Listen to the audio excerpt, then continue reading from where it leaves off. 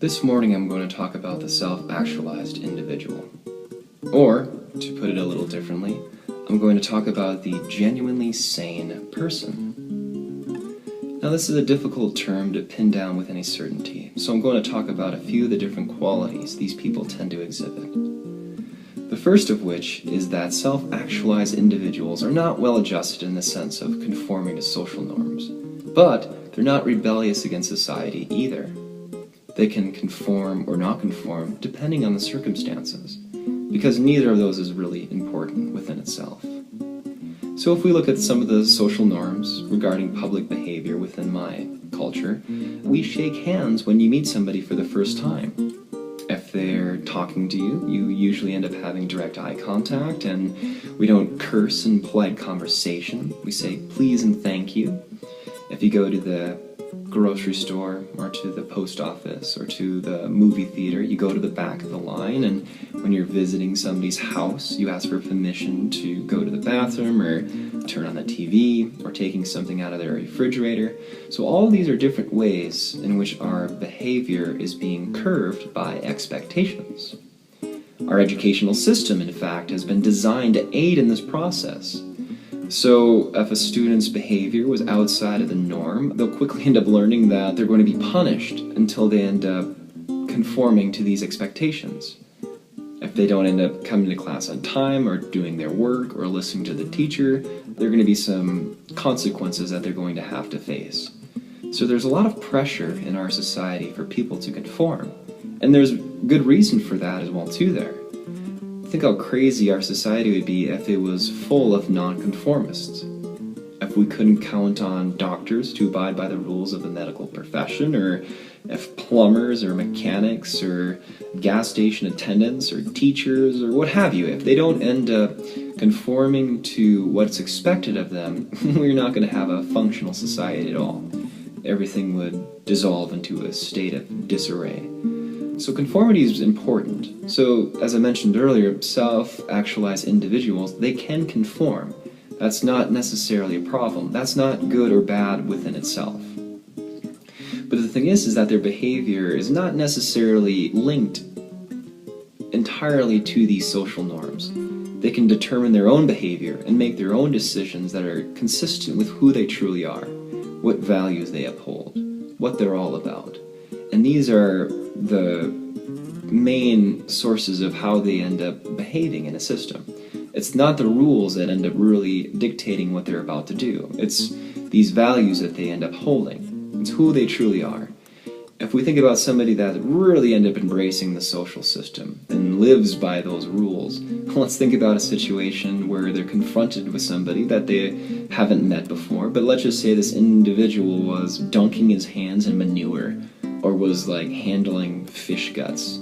And this person probably still would go ahead and shake his hand because they'd feel so awkward about doing something outside of what was expected of them. But self-actualized individuals don't have that problem. They can see that situation for what it is and maybe wave at them or give a polite hello or do something of that variety. So again, it's not those social norms that really end up dictating their behavior, but they can conform to them when the situation is appropriate. Not only that, self-actualized individuals are very aware of what's going on inside themselves. They fully experience their own thoughts and feelings. Their self-awareness is great, and their self-deception is at a minimal. So they're very realistic about themselves, and they resort to few myths about reality. And then this within itself is very different from the normal person, it seems like. Self-deception is high in our modern society. It seems as though that most people have a tendency to not recognize some of the qualities that they really don't like about themselves. So when we think about, like, say for example, the darker side of human nature, we think about, like, you know, the hatred and the vindictiveness and the murderous intent and all the things that we subscribe to, like evil.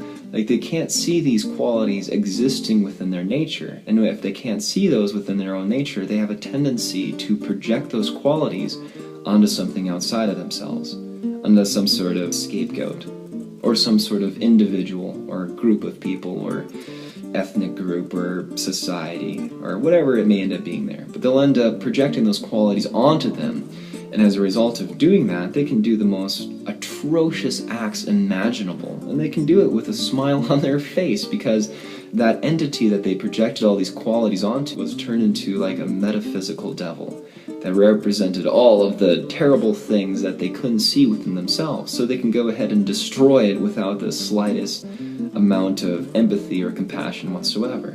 But self-actualized individuals, because they can recognize who they are, they don't have delusions about their nature or themselves. They can see these qualities as existing as a part of their nature, and as a result of that, they don't have that tendency to project it onto something else, which makes them a lot more compassionate and a lot more accepting and embracing than those who do not end up seeing those qualities within themselves. And not only that, because they can recognize that darker element, they have a better opportunity to accept it and change it, because you can't change anything that you don't accept first. So again, their self-awareness is great, and their self-deception is at a minimum. Not only that, self-actualized individuals are not bothered by the unknown. They accept the unknown, and they're comfortable with it, and oftentimes they're attracted by it. They're very much like children in this sense, where everything is new, and everything is exciting, and everything engenders this sense of wonder, and curiosity, and enthrallment. I mean, when you watch a little kid walk down the street, and it could be like a broken piece of glass, or some leaves ended up falling on the pavement, and it's just, everything is just so beautiful and so remarkable to them, because they don't have all of these rigid, habitual systems of understanding that limiting their experience. Like for a lot of adults, we don't have that capacity anymore because we're starting to think that we've got all of the answer to things. And that's really dulling us from our experience. And self-actualized individuals have avoided this trap, which is really awesome, in fact. When we think about the difficult questions of life that we really don't have any satisfactory answers towards, for example, what's the meaning of life? Or, why is there something rather than nothing? Or is our universe real? Or do we have free will? Or what's the nature of the self? Or does God exist? Or is there life after death? Like all of these different questions that we ask ourselves that we really can't have a definite answer for. A lot of people will give definite answers to them, and they'll have very rigid structures confirming these beliefs, and it's very dogmatic. As a result of that, their mind atrophies, and it sort of becomes stagnant because it's like this far and no further. And if we were to think about humanity at large, you can almost divide it up like a deck of cards. So if we think about like all of the black cards, these are the individuals that end up fooling themselves into thinking that they know the answers to all of these questions that I mentioned earlier. Or you can have all the red cards who end up seeing these questions as being unanswerable, so they don't care about them anymore. So it's pretty much half and half. Half the society believes that it's absolutely, the answers are theirs, they've got it all figured out, we don't need to go any further. No more exploring. And the other side, as I mentioned, they just don't care. They're done with the questions. They don't think that any legitimate answer will end up coming up, so they've stopped searching. But there are cards in the deck that are neither hearts or spades or diamonds or clubs. They're not either of those two different categories. And these are the jokers, or the self-actualized individuals. They're the ones that are still interested in the questions, but they don't have these rigid, definite answers for them. They're curious about what's out there. And as a result of that, it's a very childlike mentality. It's awesome. So that's another quality that self-actualized individuals, they tend to have that. They also enjoy the present moment very fully, more so than usual people, because most people are living in this perpetual preparation for the future, and they rarely enjoy what's happening around them. So they're almost involved in a continuous flow experience. I know I talked about the flow experience in a prior lecture, in which, by the way, is just a state of being where you're fully involved within whatever you're doing. So there's not a lot of outside distractions, and you're completely immersed within the activity at hand. And the thing is that these people experience that very readily, and they do so throughout the majority of their day. They're not dissatisfied with the past, or they're not worried about future prospects. They're really involved in what's going on around them. So they're very much in the now. Not only that, self-actualized individuals are creative, but they're not creative within a specific field. For example, like writing or art or music or architecture or poetry, whatever. Like, it's not a specific field in which they're being creative. They're creative in everything they end up doing. Even like the tasks that we think to be tedious. I always think about like washing dishes or tying your shoes or mowing the lawn or stuff like that. They'll end up doing it with a certain creative flair, whereas most people are creative within certain disciplines.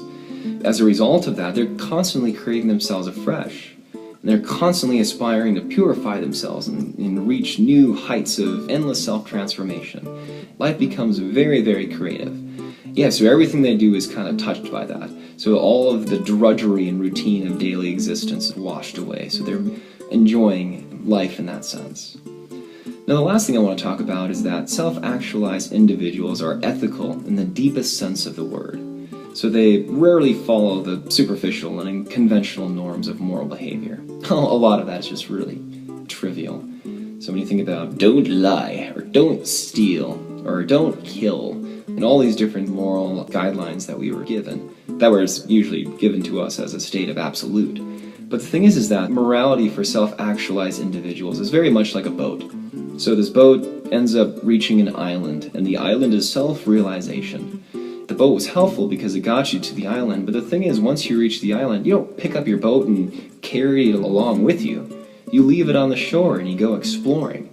So the thing is that they're capable of seeing situations very creatively, very openly. And there are going to be situations where the more moral act is going to be doing those things that I may have mentioned. So they're very moral in the deepest sense of the word. They're not hooked on to any sort of fixed system of morality. Usually reverence for life is a good guiding principle for a lot of their behavior. But again, since I'm a little short on time, I'll quickly review the qualities I mentioned. So first of all, self-actualized individuals, they can conform or not conform depending on the circumstances. Their self-awareness is great. Their self-deception is minimal. They're not bothered by the unknown. They enjoy the present moment of life more fully. They're creative in everything they end up doing, and they're ethical in the deepest sense of the word.